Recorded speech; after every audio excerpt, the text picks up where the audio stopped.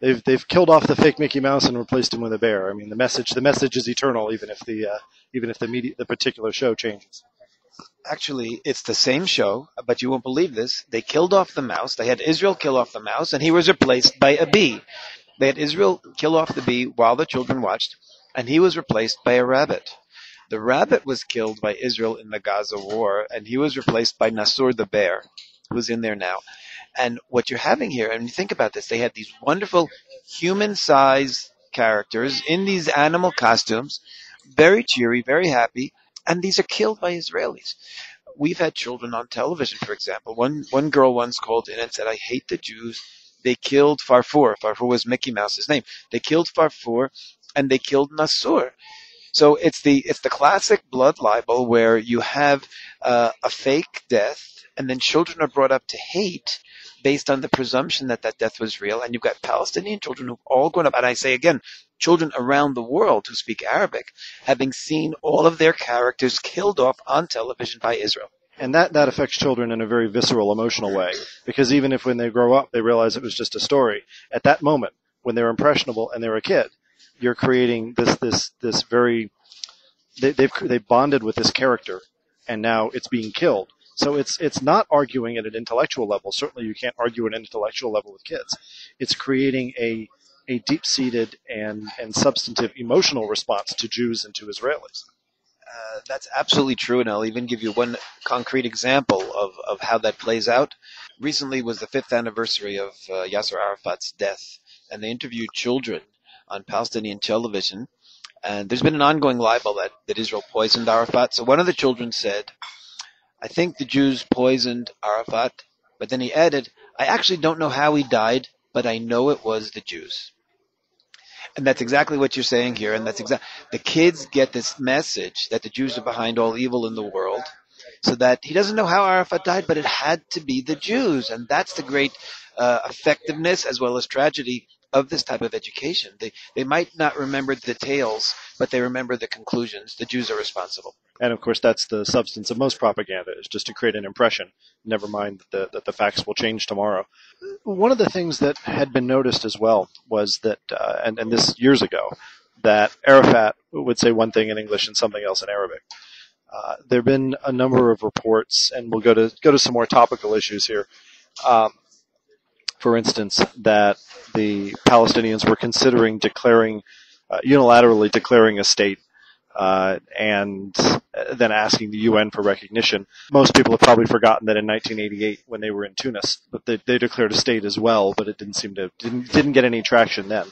Is there any sense that what they're saying to their own people about this issue is different from what we're hearing in the West? Yes, they're always giving different messages. And I'll just tell you, for example, you referred to the 1988 Declaration of Independence. I don't think the world realizes, but they still celebrate that independence. And we've seen programs, in fact, last week was that celebration of independence. And there was a big celebration in Beirut where they had the PLO representative in Beirut. His name is Sultan.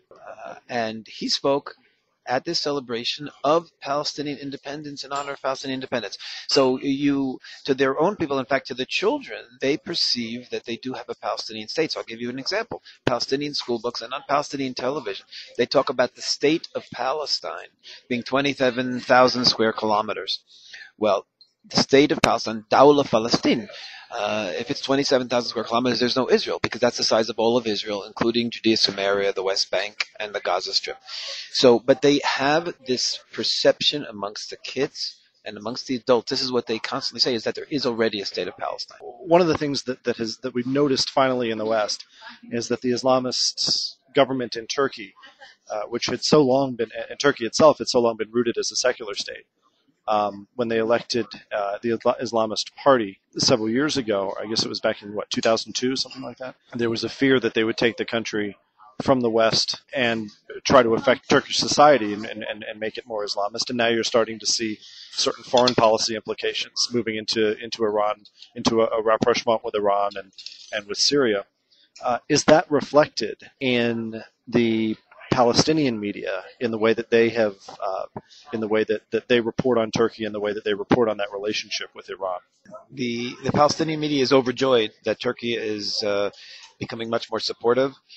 Turkey during the war in Gaza was horrifically anti-Israel, demonizing Israel to their people. There were massive demonstrations in Turkey against Israel. These are very, very significant warning signs to Israel. But the Turkish move toward radical Islam, which hasn't been completed yet, because I fear they're going even further, is part of what we're seeing throughout the entire Muslim world, and it's got to be of concern not only to Israel, but it has to be of concern to the rest of the world as well. It has to be a concern to Americans. The fundamentalist interpretation of Islam that we're hearing around the world now in greater numbers, that that Islam must subjugate the entire world. Christians, Jews, Hindus, Buddhists, whoever they be, they all must be subjugated under Islam.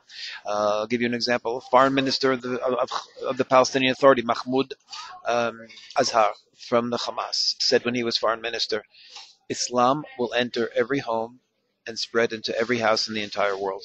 Now, that is not a statement of incitement. That's a statement of belief. That's a statement of goal. And the Hamas is a branch of the Muslim Brotherhood. And this is a movement that is growing in every country around the world. So when you put this together and you see what's happening, you realize what's happening in Turkey is just part of movement. Now, within the Palestinian society, we're also seeing this shift toward a radical Islam, and this is critical. The newest Palestinian school books, those school books that Hillary Clinton said were profoundly poisoning the minds of the children, they have an entire chapter in the 12th grade school book on Islamic education, which defines the conflict with Israel as a religious war for Allah, that Palestinians are going to get the greatest reward from Allah for fighting this war, and it adds that this ribat, this war for Allah, continues until resurrection. In other words, not till there's a peace treaty. This is an ongoing, everlasting, eternal war until Israel is destroyed, and it's for God, and you're going to get a great reward. And all Palestinian children are being brought up on this. They're not being taught to see this as a border conflict or a territorial conflict. They're being taught to see this as an existential religious conflict for God, where the only end game is Israel's destruction or the war continues. Now, to have a generation of Palestinian children grow up with that belief means there can never be peace between Israel and the Palestinians. And you bring up an interesting point that I wanted to get into anyway, which is the dichotomy or the perceived dichotomy between Hamas as a religious movement and the perception that the PA as an outgrowth of the PLO was a more secular movement. That's been challenged in recent years as people look at the Muslim symbology that has been used throughout the PLO's existence. But it appears as though this is perhaps coming more to the fore. Is the PA still perceived to be secular, and are these textbooks more a response to the pressure, to the religious pressure from Hamas, or is this more showing their true colors? The Fatah is shifting because the general population is shifting. And I'll just give you an example. There was a poll done even before the Hamas won the last general elections. There was a poll done a few months before.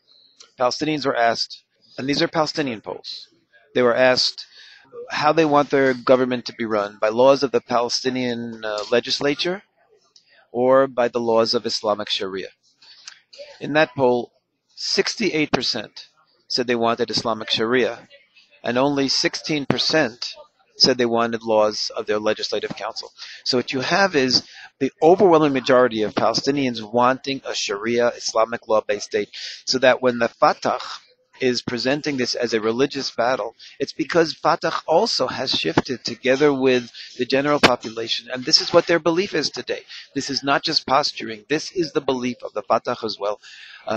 We've had a Fatah member of parliament, for example, a woman named Najat Abu Bakr, on television explicitly saying as well that this is a religious war for Allah, also till resurrection, till the end of time, an eternal religious war for Allah. So the Fatah, along with the population of Palestinians, has shifted, and I would say the belief that this is a religious war for Allah is certainly mainstream, and I would guess that an overwhelming majority of Palestinians accept that premise.